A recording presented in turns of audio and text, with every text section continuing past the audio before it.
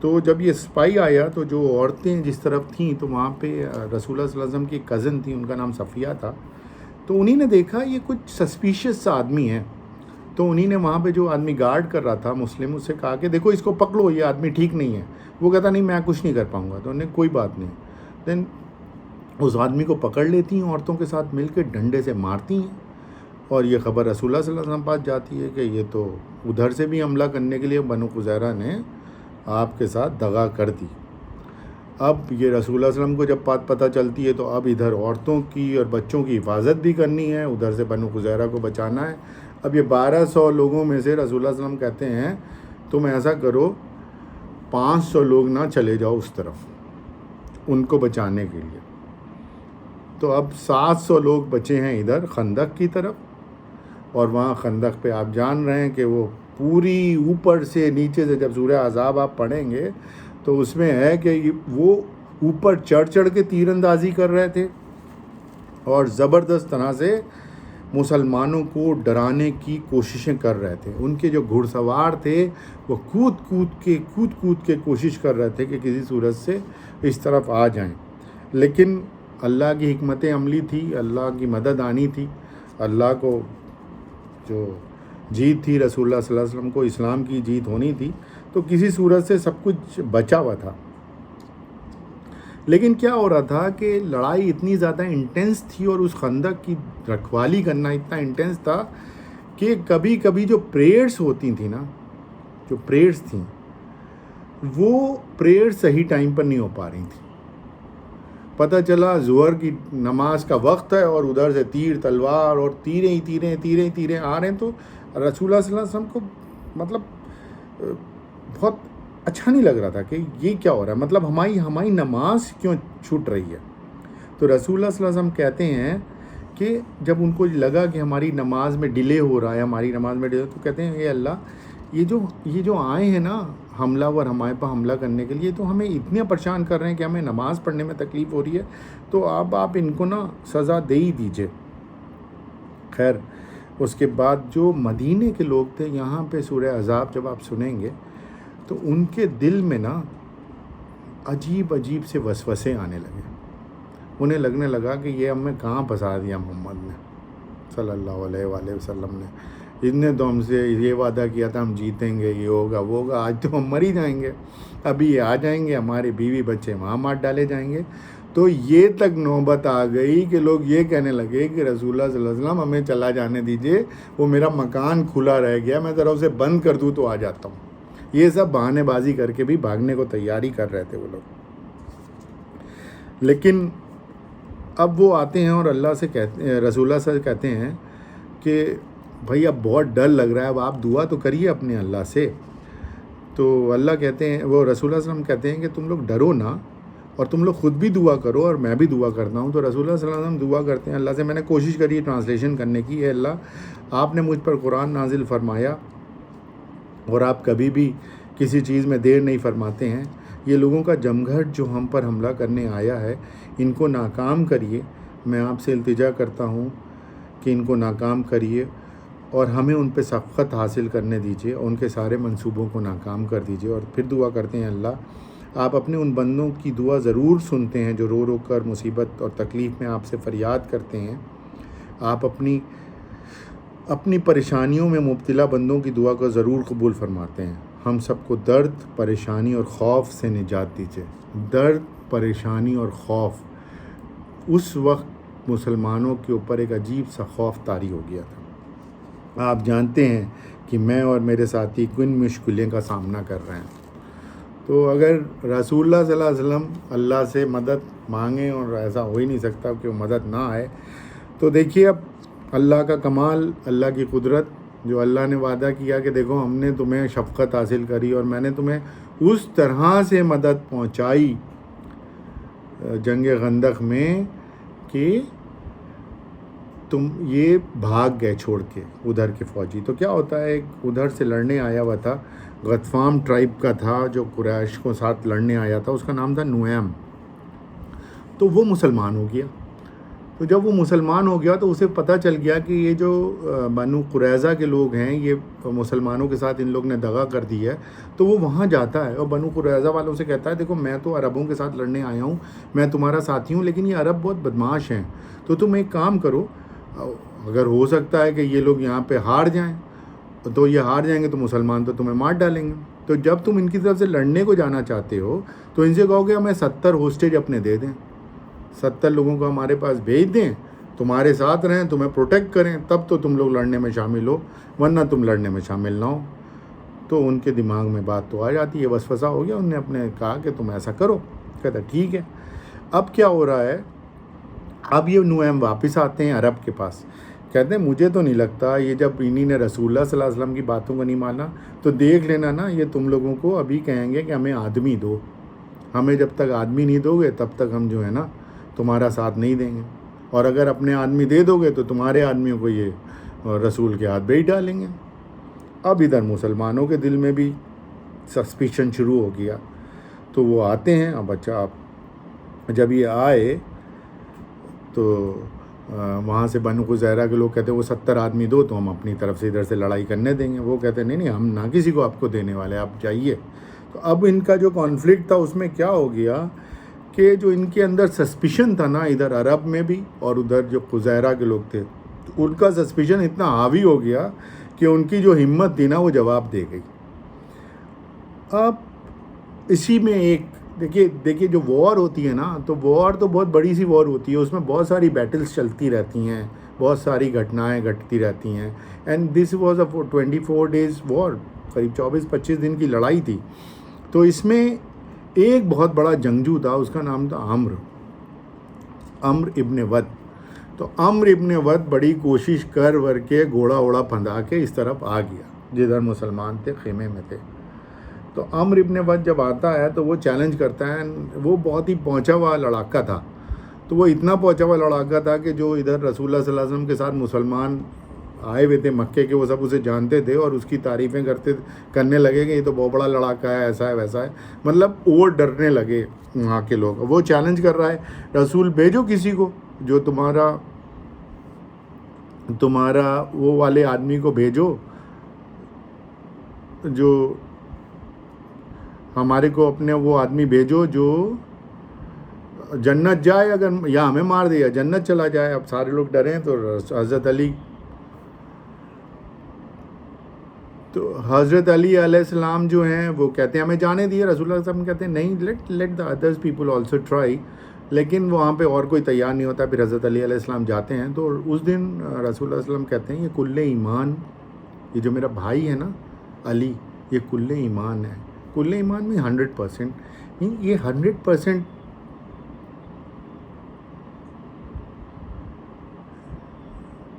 یا علی.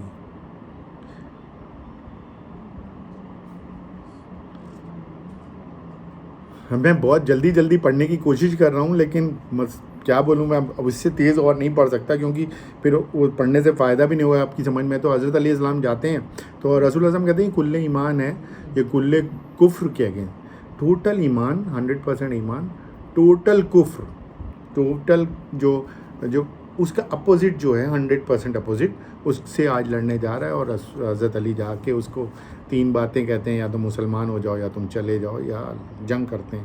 وہ کہتے ہیں دیکھو میں جاؤں گا تو نہیں, اور حضرت علی اس کو وہیں پر واصل جہنم کر دیتے ہیں.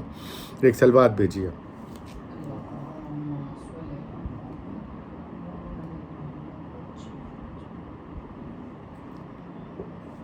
یا لے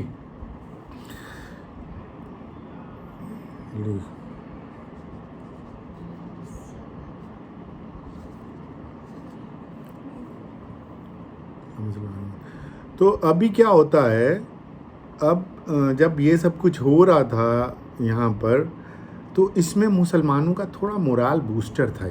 یہ جو ایک جو بیٹل ہوئی جس میں عمرو ابن ود جیسا لڑاکا جب مارا گیا, تو مسلمانوں کا تو مورال بوسٹر ہوا. ادھر نعیم نے عرب کے دل میں پہلے ہی شک ڈال دیا تھا کہ بنو قریظہ بھی راضی نہیں ہو رہے ہیں اور ہمارا اتنا بڑا لڑاکا بھی مار دیا گیا. تو ان کے دل میں بھی تھوڑا مطلب they were not inclined to fight any more. ابھی کیا ہے کہ اب اللہ کی قدرت دیکھیے، جنوری کا مہینہ، ادھر رسول اللہ صلی اللہ علیہ وسلم کا بھی ایک میں اور بات آپ کو بتانا چاہتا ہوں.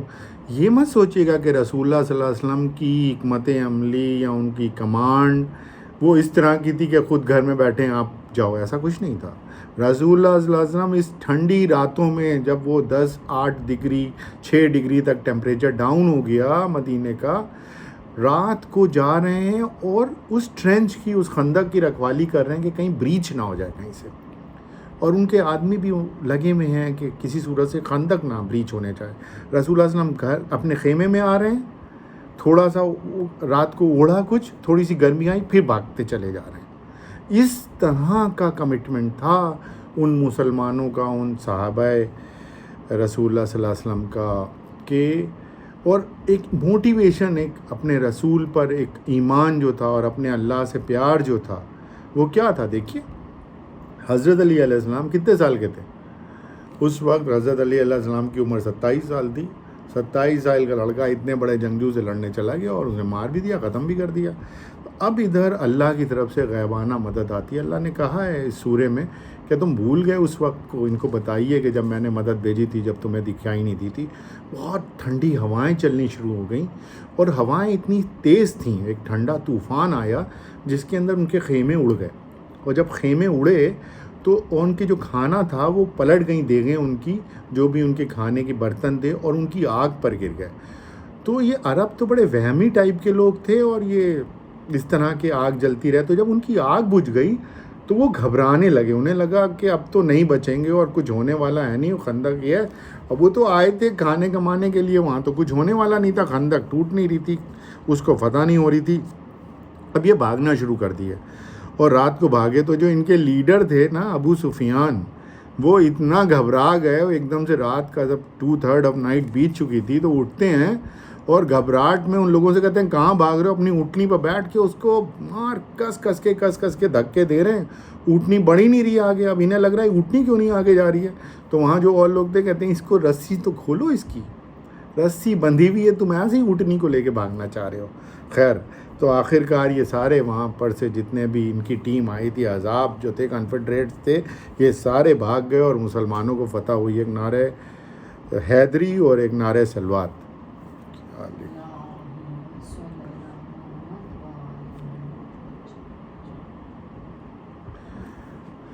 تو جب یہ جنگ، دس از واٹ جنگ خندق is, it's not a one day affair, ایسا کوئی چھوٹی سی گھٹنا نہیں. بہت یہ زبردست امتحان تھا مسلمانوں کے کریکٹر کا، زبردست امتحان. اور سورہ احزاب میں اللہ فرما رہا ہے، اللہ رب العزت فرما رہا ہے کہ یہ ایسا میں نے تمہارا امتحان لیا تھا جس میں تمہارے دل جو نہ تھے نا تمہارے حلق میں آ گئے تھے. اس طرح کا امتحان ہم نے تمہارا لیا تھا. خیر تو اس امتحان میں جو لوگ کامیاب ہوئے وہ کامیاب کہلائے، اور جو ناکامیاب ہوئے وہ ناکامیاب کہلائے. اب آپ کو یہ بھی میں بتا دوں کہ یہ جو جنگ خندق تھی، اس میں کیول 4 مسلمان شہید ہوئے، کیول 4 مسلمان. ایک لمبی جنگ جو 24 25 26 دن چلی، اس کے اندر 4 مسلمان شہید ہوتے ہیں اور 10 اس طرف کے آدمی واصل جہنم ہوتے ہیں. اب رسول اللہ صلی اللہ علیہ وسلم اس کے بعد یہ کہتے ہیں کہ دیکھو اب آج کے بعد یہ جو عرب ہیں نا، یہ تم پہ کبھی بھی حملہ کرنے نہیں آئیں گے. اور رسول کی بات یہ سچ. اس کے بعد سے عرب نے کبھی ہمت نہیں کری مسلمانوں پہ حملہ کرنے کی اور رسول اللہ صلی اللہ علیہ وسلم کے خلاف کوئی فوج بنا کے لڑنے آنے کے لیے. لیکن جب سب جانے لگے تو رسول اللہ صلی اللہ علیہ وسلم نے کہا نہیں ابھی جانا نہیں، ابھی بنو خزیرہ سے نا ان کو پوچھنا ہے کہ بھائی تم نے بریچ آف ٹرسٹ کیسے کیا. تو حضرت علی علیہ السلام سے رسول اللہ صلی اللہ علیہ وسلم کہتے ہیں کہ بھائی تم جاؤ علی، ہو ذرا ان سے پوچھو، بات کرو. تو جب حضرت علی بنو خزیرہ کے چیف کے پاس جاتے ہیں، بولتے ہیں کہ آپ نے ایسا کیوں کیا؟ نہیں دے اسٹارٹ ابیوزنگ، وہ حضرت علی کو، رسول اللہ صلی اللہ علیہ وسلم کو اور سارے لوگوں کو الٹی سیدھی الفاظ یوز کرنے لگتے ہیں. تو حضرت علی کہتے ہیں اب تو رسول بھی پیچھے آ رہے ہیں اور کہیں ان کو نہ سنائی دے جائے. تو وہ رسول اللہ صلی حضرت علی کہتے ہیں کہ نہیں آپ آگے نہ جائیے، ہم لوگ ان سے نپٹ لیں گے. تو رسول اللہ کہتے ہیں تم اس لیے مجھے روک رہے ہو کہ میں ان کی گالیاں نہ سنوں؟ تم جب انہی نے حضرت موسیٰ، حضرت ہارون اور حضرت موسیٰ کی وائف تھیں، جب ان کو انہی نے دغا دے دی تو یہ میرے کو تو دے رہے ہیں، تو کوئی ایسی بات نہیں ہے، میں چلوں گا. پھر وہاں جاتے ہیں اور پھر ان کو وہ سرنڈر کر دیتے ہیں. تو وہ جب سرنڈر کرتے ہیں تو کہتے ہیں اب ایک ایگریمنٹ سائن کرنا ہے, تو کیا ہوگا؟ تو کہتے ہیں نہیں ہم محمد تم سے انصاف نہیں چاہتے ہیں. تو ایک جو سعد ابن معدہ تھے جو چیف تھے اوس, ایک آپ جانتے ہیں جو عرب ٹرائب وہاں پہلے رہتی تھی اوس, وہ جو تھے نا یہ جو خوزہ والے تھے, قریظہ والے, یہ اوس والوں کے دوست تھے. تو کہتے ہیں اس کے چیف سے ہمارا فیصلہ کروا دیجیے. وہ سوچتے ہیں چیف ہے اچھا فیصلہ کرے گا. تو جو حضرت سعد ابن معدہ تھے وہ کہتے ہیں کہ تمہیں ایگری ہے میں فیصلہ تمہارا کروں؟ وہ کہتے ہیں ہاں تم ہی کرو فیصلہ. تو رسول اللہ صلی اللہ علیہ وسلم کہتے ہیں میں فیصلہ کر دوں؟ رسول اللہ صلی اللہ علیہ وسلم کہتے ہیں ہاں فیصلہ کر دو. تو وہ کہتے ہیں کہ دیکھو تم تو جیو ہو اور تمہارا فیصلہ تو ہم تمہاری کتاب سے ہی کریں گے. تو جو ڈیوٹرونومی کی ان کی بک 20th بک ہے, اس کی 10ویں 18ویں آیت میں ہے کہ اگر کوئی بھی اپنے وعدے کو وفا نہ کرے تو اس کو وہیں پر قتل کرنا اس کا واجب ہے. تو اس طرح سے اس دن قریب 1000 لوگوں کا قتل کیا جاتا ہے اور باقی لوگوں کو. تو یہ بھی سورہ احزاب میں ہے کہ اس کے بعد جو بنو قزیرہ کی جتنی بھی پراپرٹی تھی, جتنی بھی ایسٹس تھیں, اور ان کا جو قلعہ تھا وہ مسلمانوں کا ہو گیا. تو یہ جب یہ آپ 27 اس کی آیت پڑھیں گے سورہ کی, تو اس میں ہے کہ ہم نے تمہارے کو اس جگہ تک کی بھی چیزیں مہیا کرا دیں جہاں تم پیر بھی نہیں رکھ سکتے تھے. تو دس از آل واٹ جنگ خندق واز. اس کے بعد رسول اللہ صلی اللہ علیہ وسلم جو تھے وہ اپنی ایک یہ بہت بڑی جیت تھی اور بہت بڑا مورال بوسٹر تھا مسلمانوں کے لیے. اب جو یہاں عرب کا حال تھا وہ یہ تھا, وہ باہری طور سے تو بت پرست رہ گئے تھے, لیکن اندر سے ان کے دماغ میں یہ آنے لگا تھا کہ یہ جو دیر از نو گاڈ بٹ اللہ, یہ جو ہے بات لا الہ الا اللہ, تو یہ بات سچ ہے, لگتا ہے کہ محبت والی بات سچ ہے. تو وہ کرتے تو رہتے تھے اپنا پوجا پاٹ, لیکن جو مطلب اپنی بت پرستی, پوجا پاٹ تو میں نہیں بولنا چاہیے, رادر تو بت پرستی جو کرتے رہتے تھے. تو انہوں نے کہا نہیں, یہ ان کے دل میں یہ آ گئی تھی بات. اب کیا ہوتا ہے, رسول اللہ صلی اللہ علیہ وسلم کہتے ہیں کہ اب ہماری اسٹریٹجی یہ ہونی چاہیے کہ یا تو شانتی ہو جائے, یا تو سب شانتی سے رہنے لگیں, یا سرنڈر کر دیں. کیونکہ اگر ہم یہ نہیں کریں گے تو کیا ہوگا, یہ سول وار ہو جائے گی, یا چھوٹی موٹی لڑائیاں روزانہ ہوتی رہیں گی. یا تو ان سب کو مسلمان کر لو, یا تو یہ سارے مان جائیں, ایگری کر جائیں, یا یہ سرنڈر کر دیں اور پھر ہم ان کے ساتھ جو ٹریٹمنٹ کرنا ہے وہ کر لیں. تو اب پھر خیر کیا ہوتا ہے, 628 آتا ہے کہ 627 میں جنگ خندق ختم ہو گئی. اس کے بعد رسول اللہ صلی اللہ علیہ وسلم کی اپنا جو تبلیغ ہے وہ جاری ہے. تو 628 فروری کے مہینے میں رسول اللہ صلی اللہ علیہ وسلم 1500 لوگوں کو حج کہتے ہیں چلو حج کرنے چلتے ہیں. تو جب یہ حج کرنے کے لیے نکلتے ہیں وہاں سے, تو کہتے ہیں ہم طواف کر کے چلے جائیں گے. تو جب مکے کی طرف بڑھ رہے ہوتے ہیں تو مکے والوں کو یہ پتہ چلتا ہے کہ محمد آ رہے ہیں 1500 لوگوں کو, تو ان کے دل میں تو دغائی تھی, ان کو تو لگ رہا تھا یہ ہمارے سے دغائی کرنے آ رہے ہوں گے, ہمیں مارنے آ رہے ہوں گے. رسول اللہ صلی اللہ علیہ وسلم کہتے ہیں نہیں, ہم کیول جو ہے ہمیں طواف کرنا ہے, ہم چلے جائیں گے. وہ کہتے ہیں نہیں. تو وہ کیا کرتے ہیں, ٹائیگر اسکنس پہن کے ان کے جو مکے کے لوگ تھے اپنی بچوں اور اپنی وائف کے ساتھ نکل پڑے. ٹائیگر اسکن سے یہ تھا کہ ان کے اندر ایک دم یہ تھا کہ جذبہ آج مار ڈالیں گے یا مر جائیں گے. تو رسول اللہ صلی اللہ علیہ وسلم کو جب یہ بات پتہ چلتی ہے تو اپنی اونٹنی کو موڑ دیتے ہیں, کہتے ہیں نہیں ادھر نہیں جانا ہے, دوسرے راستے سے نکلتے ہیں. تو دوسرے راستے سے جب نکلتے ہیں تو وہ جب اونٹنی ان کی چل رہی ہوتی ہے, ایک جگہ ہے حدیبیہ, تو حدیبیہ کی جگہ پہ اونٹنی رک جاتی ہے. تو وہ کہتے ہیں اونٹنی بدل لیجیے. تو رسول کہتے ہیں نہیں, اللہ کی مرضی ہے کہ ہمیں یہیں پر رہنا ہے. اب مکے والوں کو پتہ چلتا ہے کہ وہ ادھر نہیں ہے تو ادھر آ جاتے ہیں. تو اب وہاں پہ جو آس پاس کے قبیلے تھے وہ کہتے ہیں نہیں, ان کو تم کیوں نہیں جانے دے رہے ہو, یہ تو کہہ رہے ہیں ہمیں صرف جو ہے طواف کرنا ہے, طواف کر کے واپس چلے آئیں گے, تو انہیں چلا جانے دو. وہ کہتے ہیں نہیں, ہم تو انہیں انٹر ہی نہیں ہونے دیں گے. تو جو قبیلے والے تھے وہ کہتے ہیں نہیں وی آر, ہمیں بات پسند آ رہی ہے محمد کی, آپ کو ان کو یہ الاؤ کرنا چاہیے, اور اگر آپ الاؤ نہیں کرتے ہو تو ہم آپ کا ساتھ نہیں دیں گے. تو مکے والے ڈر جاتے ہیں. تو کہتے ہیں چلو ہم ایک کام کرتے ہیں, ہم لوگ نا ایک ٹریٹی کر لیتے ہیں, ایگریمنٹ کر لیتے ہیں. تو وہ صلح حدیبیہ کے نام سے مشہور ہے. اور صلح حدیبیہ میں تو پھر یہ جو حضرت عثمان تھے, ان کو رسول اللہ صلی اللہ علیہ وسلم کہتے ہیں جاؤ, تمہارے پہچان والے زیادہ ہیں مکے میں, جاؤ بات کر کے آؤ. تو یہ جاتے ہیں عثمان صاحب وہاں پہ مکے میں. وہ کہتے ہیں نہیں تم تو کر لو, تمہیں طواف وغاف کرنا ہم سب تمہیں الاؤ کریں گے, لیکن میں محمد کو نہیں آنے دیں گے یہاں پہ. اس بیچ یہاں خبر آتی ہے کہ جو وہاں پہ عثمان کا قتل ہو گیا ہے. اب رسول اللہ صلی اللہ علیہ وسلم کہتے ہیں دیکھو یہ تو ٹھیک تھا، لیکن اگر انہی نے ہمارے قاصد کو، ہمارے ایمبیسڈر کو، ہمارے جس کو ہم نے بھیجا ہے وہ اس کو مار ڈالا تو یہ پھر تو ہمارے ساتھ دشمنی ہے، یہ تو نہیں ہونے دیں گے۔ تو وہاں پہ جو 1500 مسلمان تھے، رسول اللہ صلی اللہ علیہ وسلم کہتے ہیں دیکھو اب یا تو اٹیک کرنا ہے، لیکن تم لوگ یہ قسم کھاؤ کہ تم لوگ جو ہو نا اٹیک میں بھاگو گے نہیں اور پیچھے پیٹ نہیں دکھاؤ گے۔ تو وہاں قریب 1500 مسلمان تھے اور رسول اللہ صلی اللہ علیہ وسلم ایک پیڑ کے نیچے بیٹھے تھے، تو سارے لوگ رسول اللہ صلی اللہ علیہ وسلم کے ہاتھ پہ آ کے بیعت کرتے ہیں اور قسمیں کھاتے ہیں۔ تو اس قسم کو پلیج آف دا ٹری کے نام سے جانا جاتا ہے اسلامک ہسٹری میں۔ وہ پلیج آف دا ٹری لی تھی 1500 مسلمانوں نے، لیکن وہ قسم چلی رہی تھی کہ وہاں سے حضرت عثمان آ جاتے ہیں، تو every one is quite happy کہ چلو مطلب ان کا قتل نہیں ہوا ہے۔ تو ادھر سے ایک تھے عروہ آئے تھے، ابو سفیان کے داماد تھے، وہ آ کے یہاں گالی گلوچ بدتمیزی کرنے لگے، تو ان کو پھر بھگایا گیا۔ پھر جب یہ پلیج سائن ہونی تھی، جو ٹریٹی سائن ہونی تھی، تو ایک سہیل تھے وہ ادھر سے آئے مکے کی طرف سے ٹریٹی کو سائن کرنے کے لیے، اور رسول اللہ صلی اللہ علیہ وسلم نے یہاں پہ ٹریٹی سائن کرنی تھی۔ تو اس کے اندر یہ جو شرطیں تھیں اس میں یہ تھی کہ 10 سال تک مسلمان اور مکے کے عرب ایک دوسرے سے لڑائی نہیں کریں گے، اور جو بھی آدمی محمد کے پاس جانا چاہے اور ان کے ساتھ ایگریمنٹ کرنا چاہے وہ الاؤ ہے، اس کے لیے مکے والوں کو کوئی تکلیف نہیں ہے، اور ایسے ہی مسلمانوں کو بھی کوئی تکلیف نہیں ہوگی جو بھی قریش کے ساتھ جا کے ملنا چاہے۔ پھر ایک اور اس کی وہ تھی کہ اگر کوئی قریش کا لڑکا جس کا باپ زندہ ہے، وہ اپنے باپ کی پرمیشن کے بغیر مسلمان ہو کے آ جاتا ہے اور مسلمانوں سے ملنا چاہتا ہے، تو مسلمان اس کو قریش کو واپس کر دیں گے۔ لیکن اگر مسلمانوں کا کوئی آدمی قریش سے جا کے مل جاتا ہے تو وہ قریش اس کو واپس نہیں کریں گے۔ تو اس کے لیے کچھ لوگوں کو یہ بھی لگا کہ رسول اللہ صلی اللہ علیہ وسلم ایسے کیوں کر رہے ہیں، تو رسول اللہ صلی اللہ علیہ وسلم نے کہا اگر کوئی مسلمان ہے تو وہ جو جہاں ہے تو وہیں وہ تبلیغ کرے گا، تو ہمیں اس کو لینے کی ضرورت نہیں ہے۔ اگر لڑکا دل سے مسلمان ہوا ہے، even when they are living with the Meccans they will be like Muslims only, but if a person who is going away from us, اگر وہ ہمارے سے دور جا رہا ہے، ہم مسلم دھرم کو چھوڑ کے قریش کے پاس جا رہا ہے، تو اس کا مطلب اس کا یہاں رہنا یا وہاں رہنا کوئی برابر ہے، وہ ہمارے پاس نہ ہی آئے تو اچھا ہے۔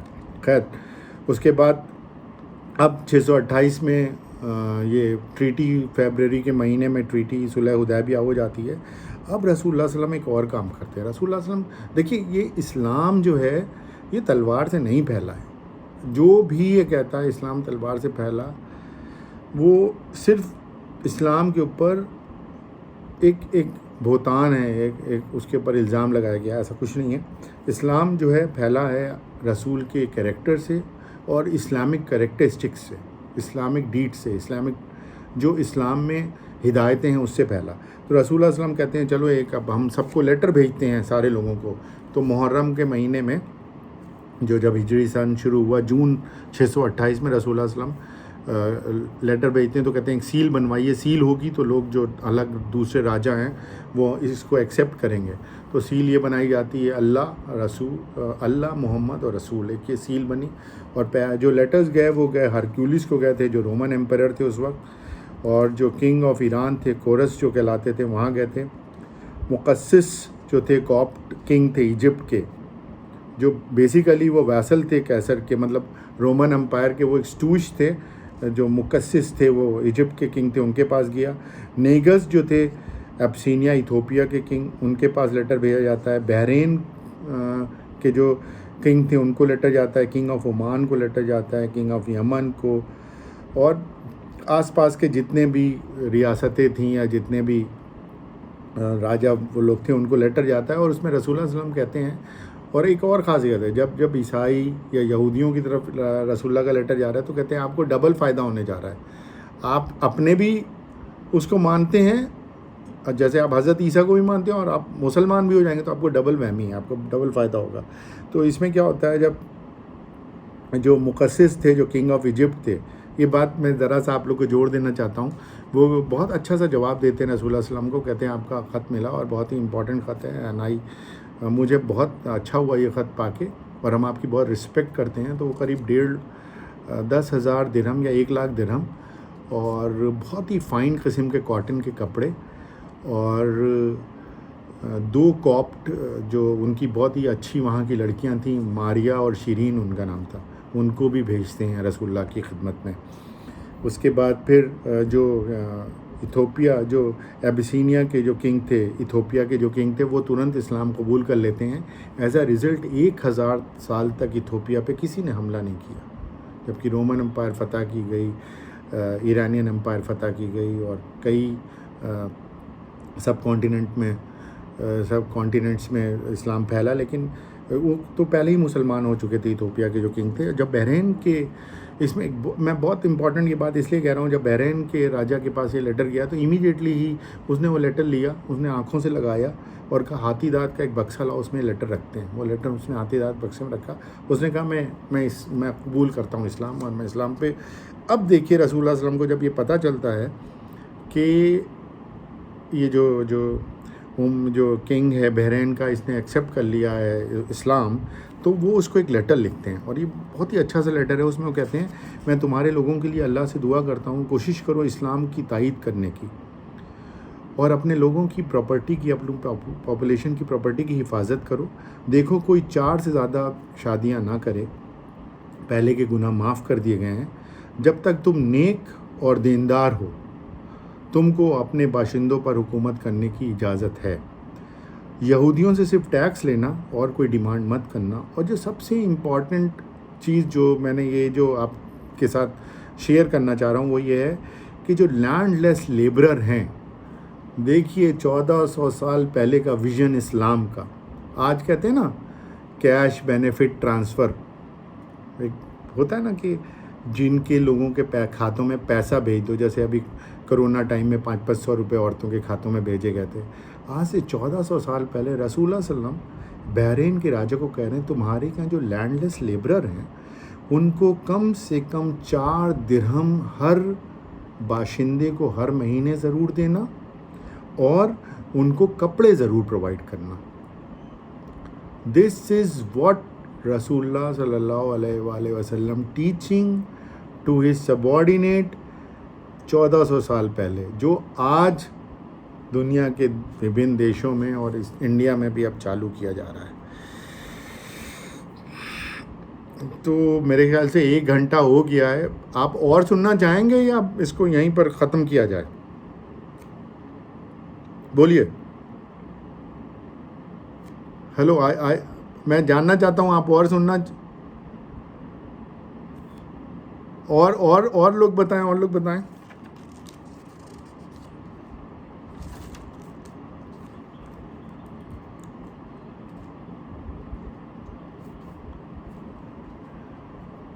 اچھا تو خیر، تو میں شروع کر رہا ہوں، کیونکہ میں چاہتا ہوں خیبر آج ختم کر دوں، کیونکہ اگر آج خیبر نہیں ختم ہوگا تو پھر خیبر میں، کیونکہ بہت امپورٹنٹ پوائنٹ ہے جو میں نے آپ کو ایک نام بتایا تھا نا، آپ سے کہا تھا اس نام کو یاد رکھیے گا، ہوائے بن اخطب۔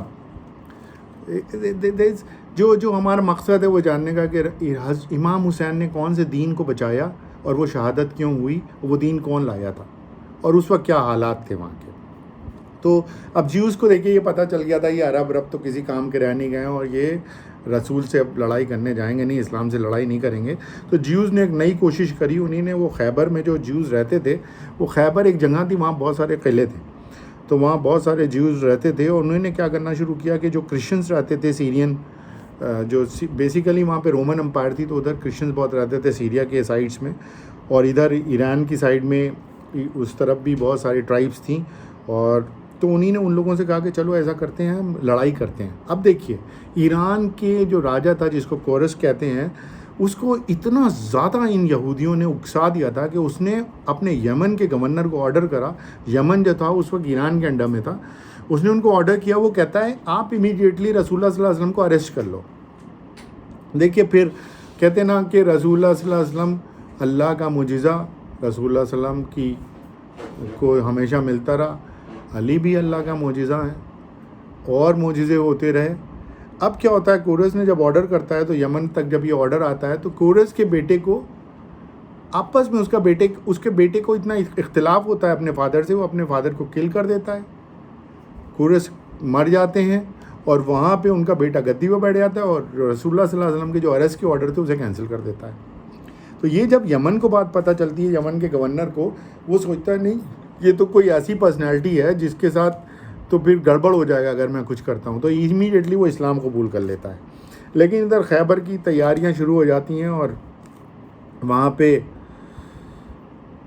خیبر میں یہ یہودی اپنا ساری تیاریاں کر لیتے ہیں، اور ادھر سے جو بھی مسلمان جا رہا ہے اسے پریشان کر رہے ہیں اور کسی طرح کی سازشیں کر رہے ہیں۔ تو رسول اللہ صلی اللہ علیہ وسلم کہتے ہیں یہ قریب 120-130 کلومیٹر دور کی بات ہے مدینے سے جو خیبر جگہ تھی، تو رسول اللہ صلی اللہ علیہ وسلم کہتے ہیں نہیں اب ان کو مزہ چکھانا ہی ہے۔ تو خیبر کی طرف بڑھتے ہیں رسول اللہ صلی اللہ علیہ وسلم، اور امیڈیٹلی 2 دن میں وہاں پہنچ جاتے ہیں۔ Then the Khaybar people were not ready for this onslaught of the Muslim army. تو وہ صبح اپنے بھاوڑے اور اپنی ڈلیاں لے کے کھیتی کرنے کے لیے نکل رہے تھے، اور دیکھتے ہیں رسول اللہ صلی اللہ علیہ وسلم آ رہے ہیں، کہتے ہیں ارے محمد آ رہا ہے اب تو مارے گئے، اور بھاگتے ہیں قلعے کی طرف اپنے۔ تو ان کا جو سینٹرل قلعہ تھا وہ بہت زبردست فورٹیفائڈ تھا، وہاں پہ ان کا ایک بہت بڑا واریر تھا، اس کا نام تھا مرہب۔ تو کچھ لوگ کہتے ہیں وہ 1000 لوگوں کے برابر تھا، اتنا زبردست فائٹر تھا، اینڈ ایوری بڈی نیو کہ یہ جب تک ہے تو ہم ہار نہیں سکتے، and they were very proud of that fellow. لیکن کوئی بھی گھمنڈ اللہ کے آگے تو کبھی کچھ فیضیاب ہو ہی نہیں سکتا۔ تو جب اب وہ خیبر کے اس قلعے کو فتح کرنا ہے، تو اگر وہ قلعہ فتح ہو جائے گا تو خیبر فتح ہو جائے گا، and there the Muslims are going to get a lot of things from there. تو اور یہ جیوز ہمیشہ کے لیے وہاں سے نیست و نابود بھی ہو جائیں گے۔ تو ایک دن حضرت ابو بکر جاتے ہیں وہاں پر، حملہ کرتے ہیں، اور دن بھر کی لڑائی کے بعد واپس آ جاتے ہیں اور کچھ ہو نہیں پاتا ہے۔ دوسرے دن حضرت عمر ایک بڑے فائٹر تھے، یہ جاتے ہیں اور وہاں پہ پھر کچھ نہیں ہو پاتا ہے۔ تو رسول اللہ صلی اللہ علیہ وسلم کی طرف سب لوگ ایسے نگاہیں لگائے دیکھ رہے تھے کہ رسول اللہ صلی اللہ علیہ وسلم کچھ پھر معجزہ دکھائیے کہ تو کچھ ہو جائے گا۔ وہ جانتے تھے کہ رسول اللہ صلی اللہ علیہ وسلم اگر اللہ کی طرف اشارہ بھی کر دیں گے تو رسول اللہ صلی اللہ علیہ وسلم کہتے ہیں مجھے پہ اللہ کی وحی آئی ہے کہ کل جس آدمی کو بھیجا جائے گا وہ آدمی کو اس کے ہاتھ پہ اللہ نے فتح خیبر لکھ دی ہے، اور یہ کہا ہے کہ وہ ہے جو اللہ سے بہت پیار کرتا ہے، وہ اللہ کے رسول سے بہت پیار کرتا ہے، اور اللہ بھی اس سے بہت پیار کرتا ہے، اور اللہ کا رسول بھی اس سے بہت پیار کرتا ہے۔ اب this was an enigma for the whole Muslim فوج of around 1800 people who were over there, جو کوششیں کر رہے تھے کہ پتہ نہیں کل کون ایسا ہوگا جس سے یہ ثبوت ہو جائے گا اللہ بھی اس سے پیار کرتا ہے، وہ اللہ اس سے پیار، اس کے اللہ کے رسول بھی اس سے پیار کرتے ہیں، وہ بھی اللہ سے پیار کرتا ہے اور اللہ کے رسول اس کے ہاتھ میں۔ تو جو حضرت عمر ہیں انہی نے کہا کہ کبھی بھی مجھے خواہش نہیں ہوئی کسی چیز کی اپنی زندگی میں، لیکن اس رات کو میں رات بھر سو نہیں پایا، اور میں یہ لگتا رہا کہ میں ہی ہوں گا وہ خوش قسمت جس پہ اللہ نے فتح لکھ دی ہے، جس کے ہاتھ پہ۔ اور صبح ہوتی ہے، فجر کی نماز ہوتی ہے، اور اب سارے لوگ رسول اللہ صلی اللہ علیہ وسلم کے سامنے اپنا چہرہ دکھانے کے لیے کھڑے ہو جاتے ہیں کہ ہمیں شاید ہم ہوں۔ تو رسول اللہ کہتے ہیں وہ علی کہاں ہیں؟ تو کہتے ہیں علی کی تو آنکھوں میں تکلیف ہے، علی تو نہیں ہے۔ تو رسول اللہ کہتے ہیں نہیں علی کو بلاؤ۔ تو حضرت علی آتے ہیں، تو کہتے ہیں کیا ہوا؟ تو کہتے ہیں میری آنکھوں میں تکلیف ہے۔ رسول اللہ اپنی لوہا پہ دہن لگاتے ہیں آنکھوں میں نکال کے، اور حضرت علی کی آنکھوں میں لگا دیتے ہیں۔ تو حضرت علی نے کہا ہے کہ اس کے بعد سے نہ کبھی میری آنکھ میں کچھ ہوا، نہ کبھی مجھے سر میں درد ہوا۔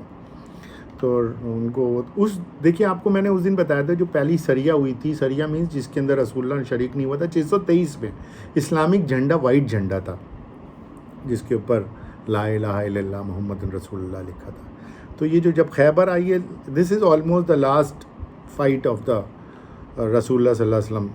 وہ جھنڈا کالا تھا اس دن، جھنڈا جو حضرت علی علیہ السلام لے کے گئے، اور جب وہ جاتے ہیں تو وہ جھنڈا گاڑ دیتے ہیں پتھر کے اندر، اور جو مرہب کو چیلنج کرتے ہیں کہ come and fight with me, مرہب کہتا ہے میں بہت بڑا فائٹر ہوں ایسا۔ تو حضرت علی کہتے ہیں کہ دیکھو اچھا مرہب وہ دیکھ رہا تھا کہ یہ لوہے میں کیسے لوہا پتھر میں کیسے گاڑ دیا۔ تو وہ نجومی ٹائپ کے لوگ تھے، تو وہ ایک نجومی بیٹھا تھا، کہتا ہے اس سمے وہ جو ایسا ہے نا جو سیلیسٹیل ٹائپ کی گرہ ایسے ہیں کہ اس سمے لوہے کے لیے پتھر سافٹ ہو جاتا ہے۔ خیر، تو اس کے بعد جو حضرت علی علیہ السلام مرہب آتا ہے، مرہب سے کہتے ہیں کہ مائی نیم از حیدر، میری ماں نے میرا نام حیدر رکھا ہے، اس کی ماں نے اس کو کبھی بتا رکھا تھا حیدر سے نہ لڑنا ورنہ تم ختم ہو جاؤ گے۔ خیر حضرت علی ایک ہی بار میں اس کے پر جو مارتے ہیں تو دانت تک اس کی سر کٹ جاتا ہے پورا، یعنی ڈائٹ۔ پھر حضرت علی خیبر کا جو دروازہ تھا وہ بڑا بھاری دروازہ تھا، ان کی ساری جو لوگ تھے وہ وہیں پر تھے۔ ان کا اور ایک قلعہ تھا قوم یا ایسا کچھ کر کے نام تک، تو اس کے اندر ان کی سب کھانا پینا تھا، اس میں تھا پانی وغیرہ بھی تھا۔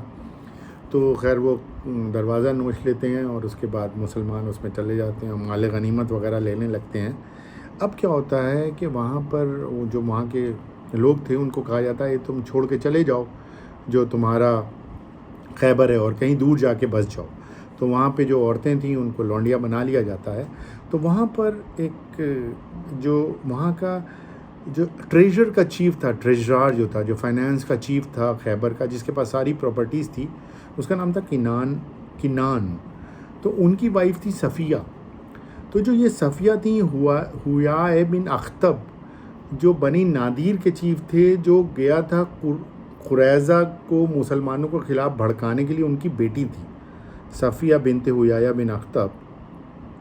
تو یہ جب کنانہ کو قتل کر دیا جاتا ہے تو یہ ان کی ویڈو تھیں۔ تو رسول اللہ صلی اللہ علیہ وسلم پاس لوگ آتے ہیں، کہتے ہیں یہ تو اچھے پریوار کی، اور مطلب اس کا اسٹیٹس ایسا نہیں ہے کہ اسے کسی چھوٹے صحابی کو دیا جائے، تو رسول اللہ صلی اللہ علیہ وسلم آپ ان کو رکھ لیجئے اپنے پاس۔ تو ان کی عمر قریب 17 سال کی تھی۔ تو وہ رسول اللہ صلی اللہ علیہ وسلم کہتے ہیں ٹھیک ہے میں اس کو اپنی زوجہ بنا لیتا ہوں۔ تو رسول اللہ صلی اللہ علیہ وسلم ان سے شادی کر لیتے ہیں۔ تو جب رسول اللہ صلی اللہ علیہ وسلم ان کی شکل دیکھتے ہیں تو ان کی شکل پہ پورے یہاں گال کے اوپر ایک نشان تھا ہاتھ کا جیسے۔ تو وہ کہتے ہیں یہ کیا ہوا؟ تو کہتی ہیں میں نے خواب دیکھا تھا ایک دن کہ میرے گود میں نا چاند اتر رہا ہے۔ تو میں نے جب اپنے ہسبینڈ کنان کو یہ بات بتائی کہ میں نے ایسا خواب دیکھا، تو کہتے ہیں کیا تم جو ہو نا عرب کے کنگ سے شادی کرنا چاہتی ہو؟ تمہاری دماغ میں ہی کیسے پاتا ہے؟ ان کو تپڑ مار دیا، لیکن یہ بات تو سچ تھی اور وہ ہونا تھا۔ تو خیر، لیکن یہاں پہ میں ان کا ذکر اسپیشلی اس لیے کر رہا ہوں کہ رسول اللہ صلی اللہ علیہ وسلم کی موت کے بعد جب خلیفہ بن رہے تھے، تو جو تھرڈ خلیفہ تھے عثمان، حضرت عثمان، یہ ان کی طرف داری انہی نے کری۔ اور جب ان کی ڈیتھ ہوئی تو ان کے پاس قریب 1 لاکھ درہم تھے۔ تو وہ 1 لاکھ درہم انہی نے اپنے بھانجے کو دے دی، اپنے بہن کے بیٹے کو جو یہودی تھا۔ اینڈ شی سائیڈڈ ود عثمان۔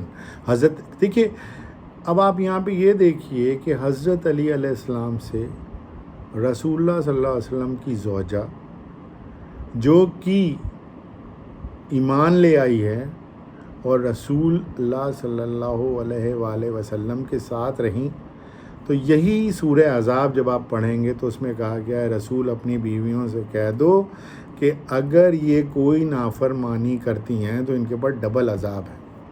اور ان کا مکان جو تھا، جو مدینے میں ان کو مکان ملا تھا، وہ مکان معاویہ 1,80,000 درہم کا خریدتے ہیں، اور وہ پیسہ سارا ان کا جو بھانجا تھا یہودی اس کو مل جاتا ہے۔ تو ایک تو یہ گھٹنا اسپیشل گھٹنا ہے خیبر کی۔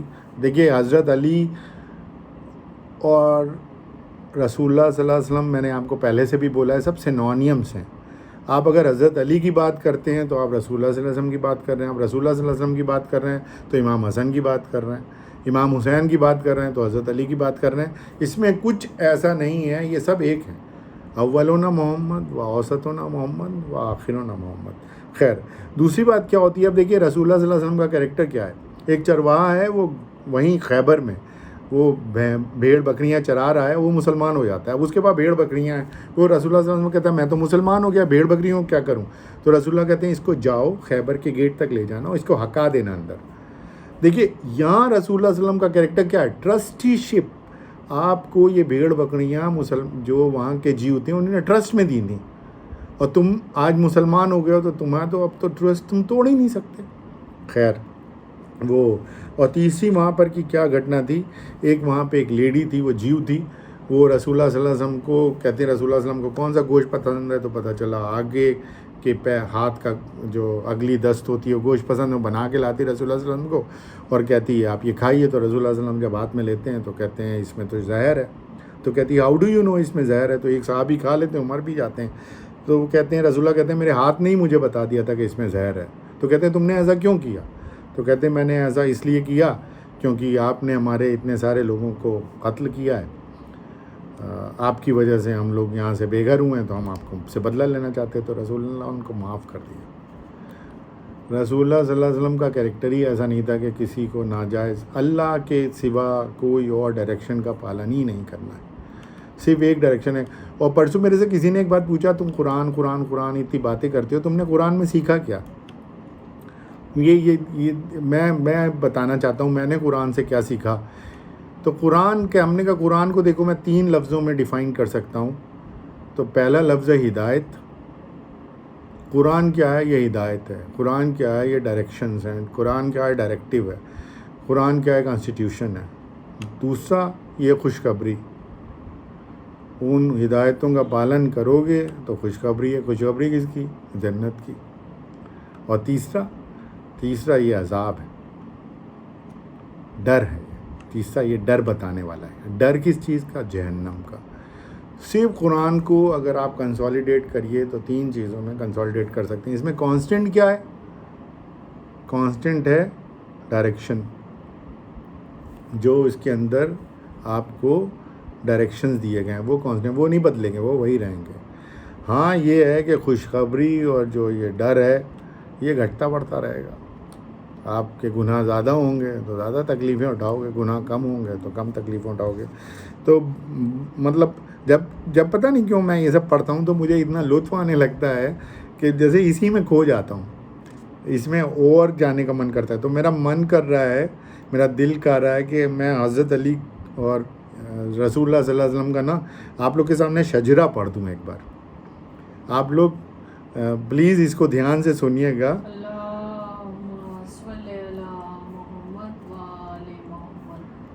تو محمد رسول اللہ صلی اللہ علیہ وسلم، علی، حضرت علی ہمارے پہلے امام اور ہمارے پہلے اور آخری پیغمبر۔ محمد سے جب ہم شروع کریں گے تو ان کے فادر عبداللہ، حضرت علی کے فادر عبد المطلب۔ اب یہاں سے دونوں کا شجرہ کامن ہو گیا۔ عبداللہ ابو طالب کے بعد عبد المطلب کے بعد ہاشم، اس کے بعد عبد المناف، پھر قصائے، پھر کلاب، پھر مرہ، پھر کعب، پھر لوئی، پھر غالب، پھر فور، پھر مالک، پھر ندار، پھر کنا، پھر قزینہ، پھر مدرکہ، پھر الیاس، پھر مدہر، پھر نزار، پھر ماد، پھر عدنان، اسماعیل، ابراہیم، نوح، ادریس، سیت اور آدم۔ تو یہ ہمارے رسول اللہ صلی اللہ علیہ وسلم کا یہ ایسا شجرہ ہے جو شجرہ سیدھے آدم تک لے کے جاتا ہے۔ تو یہ ہیں ہمارے رسول، یہ ہمارے علی، یہ ہمارے امام، اور ہم سب بھی انہی کی پروجنی ہیں، ہم سب بھی انہی کے شجرے سے ہیں۔ تو ہم لوگ بھی کوشش یہ کریں کہ جس طرح کا وہ کریکٹر ہیں اور جس طرح کی ہمیں ٹیچنگز دی گئی ہیں اور جس طرح کی عبادت کرنے کا ہمیں موقع ان مجلسوں کے ذریعے ملتا ہے، اور میں اپنی اماں کا بہت بہت شکر گزار ہوں کہ انہیں نے الاؤ کیا کہ یہ 5 مجلسیں اس بار تمہیں پڑھ دینا۔ تو اب ہم اگست 628 تک خیبر تک آج ختم کر رہے ہیں یہاں پہ اسلام کی جرنی کو، اس دین کی جرنی کو۔ لیکن جب بھی ہم کسی مجلس کا اہتمام کرتے ہیں تو اس میں اگر ہمارے سب کے آقا حسین، امام حسین علیہ السلام کا ذکر نہ ہو، ان کی پریشانیوں کا ذکر نہ ہو، ان کو جو تکلیفیں سہنی پڑی اس کا ذکر نہ ہو تو یہ مجلس ختم نہیں ہوتی ہے۔